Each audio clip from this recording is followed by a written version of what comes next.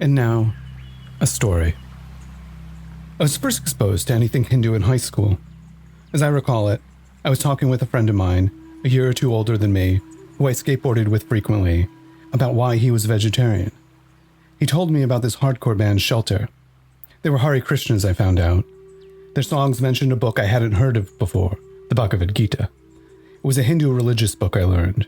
I wasn't religious at all. I'd vocally renounced my Catholic upbringing years before being confirmed. They were vegetarian out of compassion for animals, humans not needing to kill animals to nourish ourselves, he said. This appealed to me at an instinctive level, the idea that if we don't need to kill an animal to get our food, why kill them? I soon after stopped eating meat and added Shelter's albums, Perfection of Desire, and Mantra to my rotation of music. I distinctly remember pushing around on my board at a park singing Shelter's Message of the Bhagavad to myself. But I didn't much think more about anything Hindu per se, still less actually read the Bhagavad Gita, until a few years later. I first picked up a copy of the Gita, a small used copy, which upon thinking back must have been much abridged given its size, at a used bookshop in rural Connecticut that specialized in spiritual books, Beat Generation poetry and literature, philosophy, basically anything counterculture from the 1960s and 70s.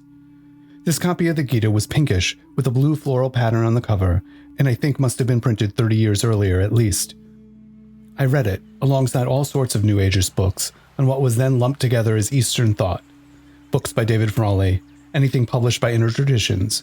I found Hinduism Today magazine at a surprisingly well-stocked magazine store and read every issue, as well as all the books published by the Kwayadana. I started practicing yoga and meditation, guided solely by the contents of a white book by Vishnu Devananda that too was published in the late 1960s, as I recall it. I taught myself to sound out Sanskrit, if not actually much understand it beyond a few words, using flashcards I made myself. I learned to make vegetarian Indian food from Yamuna Devi's tome-like Lord Krishna's Cuisine and a book by Madhur Jaffrey.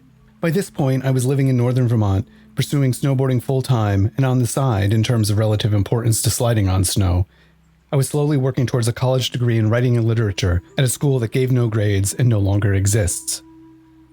Through a friend from school, I met what seemed to be the entire Hindu population of Burlington, Vermont at the time, 3 guys who went to a university that gave grades and had more than one building as a campus, and does still exist. I cooked for them and made, I was told, I think in genuine appreciativeness, good dal. With the same friend who had been to India many times, paying for his trips by selling jewelry from Jaipur at New Age shops across New England, I went to my first Hindu temple outside of Boston, and stayed over with a Gujarati family he knew near there. Everyone was very welcoming, and no one questioned why a white 20-year-old guy, dressed like your average late 1990s skateboarding snowboarder and clearly not Hindu-looking in any way, was at the temple or in their home.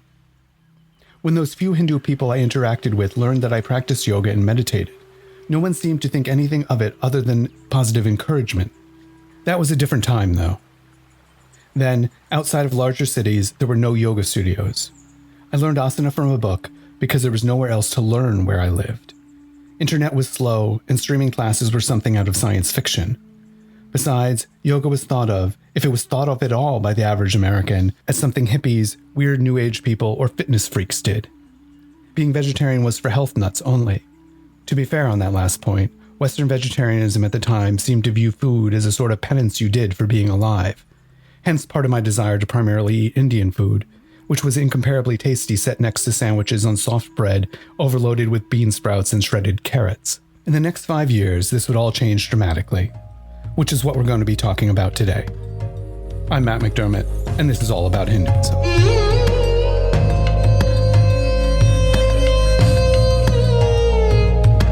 Within a few years, yoga would become a billion-dollar industry. Yoga clothes would morph from being whatever shorts and t-shirt you had nearby into an entire category of the fashion industry. Yoga was about fitness primarily, if not exclusively. The meditation part was there, but marketed often as something about boosting productivity and stress reduction rather than being part of a larger spiritual methodology or worldview. Yama, niyama, pratyahara were usually nowhere to be found, at least outside of the burgeoning teacher training programs. Pranayama was there, but often lost its Sanskrit name. In creating that great burst of popularity, yoga was de-linked from its Hindu roots, even as yoga studios used Murti of Ganesha's lobby centerpieces and kirtan albums were the audio backdrop. Meditation somehow didn't usually lose its connection to Buddhism, but that meditation was also a Hindu thing, and a key part of traditional yoga was never mentioned. Anything that accurately could be called Hindu, or from the Hindu Dharma Traditions, was rebranded as Indian, or Vedic, or South Asian. Indian sold. It got people into yoga studios and into yoga pants. Hindu did not, or so the thinking seemed to go. On one hand, I didn't deeply begrudge any of it. It felt good that something I had been part of for so long was finally being mainstreamed, even if it was far more commercialized. That it could now go nearly anywhere in the US and not much have to worry about the vegetarian food options was great. Though I seldom went to temples, my spiritual practice has always been more of an internal one rather than temple-based. That there were Hindu temples sprouting up like mushrooms was comforting in a way. I didn't identify publicly as a Hindu at this time. That would come a couple years later, when I came out as a Hindu, as it were. But metaphysically, the Shaiva branch of the Hindu Dharma Traditions had been my worldview for my entire adult life. But on the other hand, when I first heard about HAF's Take Back Yoga campaign, it also rang entirely true to my experience. Yoga is largely misunderstood to be practiced primarily as asana, I read. And while practicing asana for improved health is perfectly acceptable, is not the goal or purpose of yoga.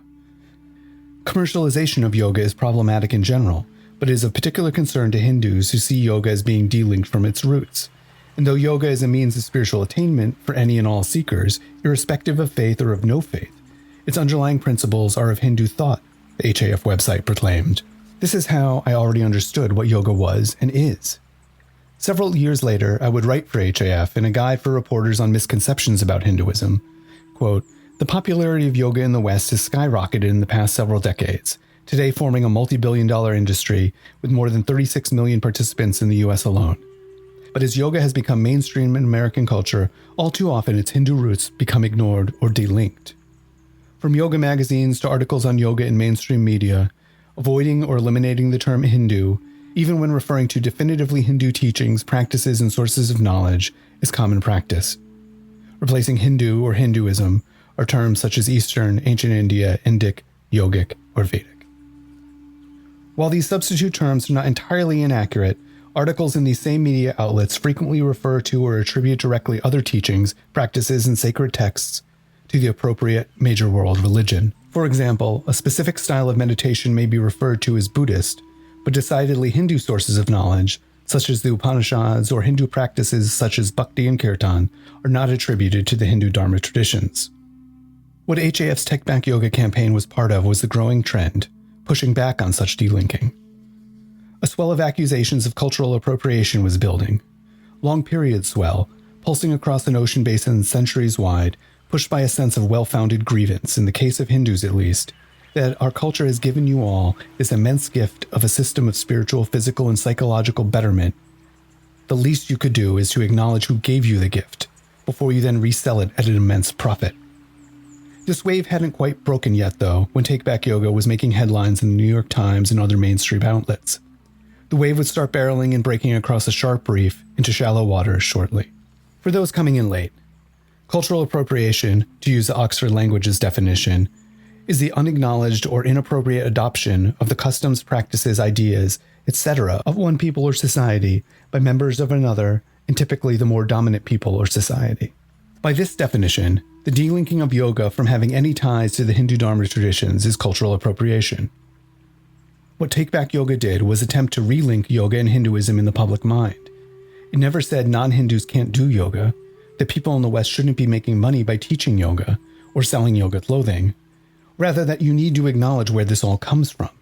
Do that, and reserving the right to look skeptically at things such as goat yoga and beer yoga, we're good.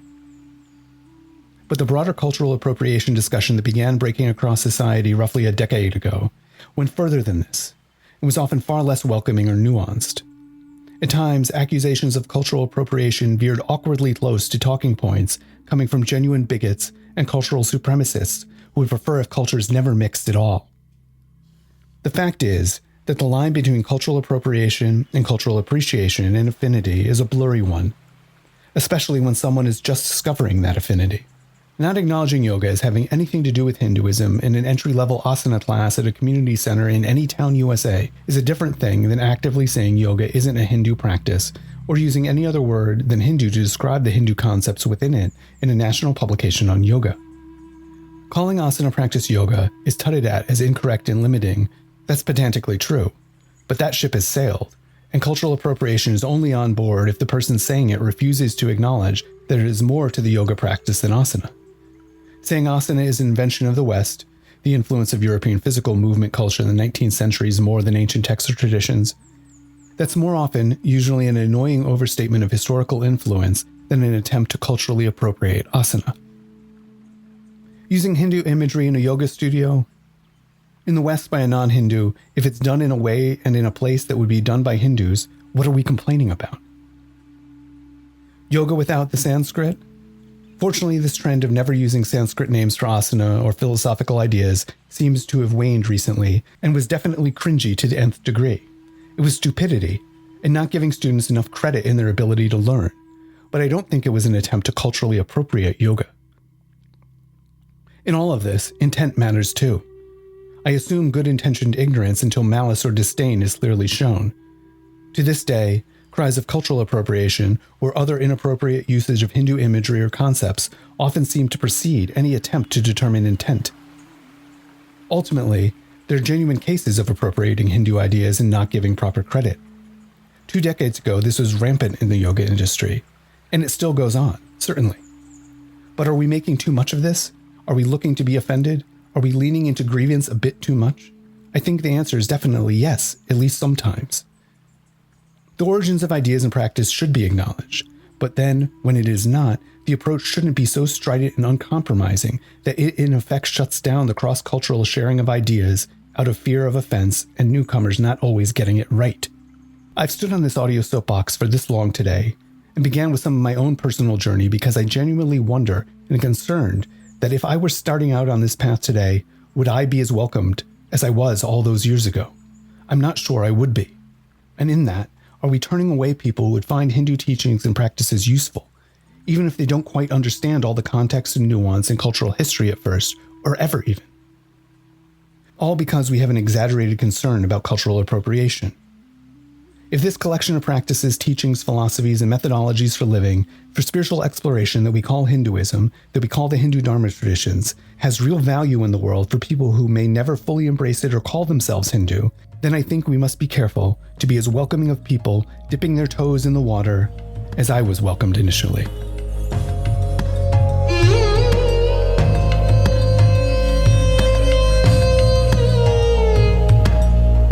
You made it to the end of this episode of All About Hinduism. Before you go, do me a favor. Leave us a nice 5-star review on whatever platform you're listening to this on. Please also subscribe or follow us so you can get all the new episodes the moment they're released. And if you found this episode informative, enjoyable, and useful, please share it right now with someone who will feel the same about it. Finally, you can help ensure that more of these get made by making a donation to HAF at hinduamerican.org/donate. Thanks again for listening.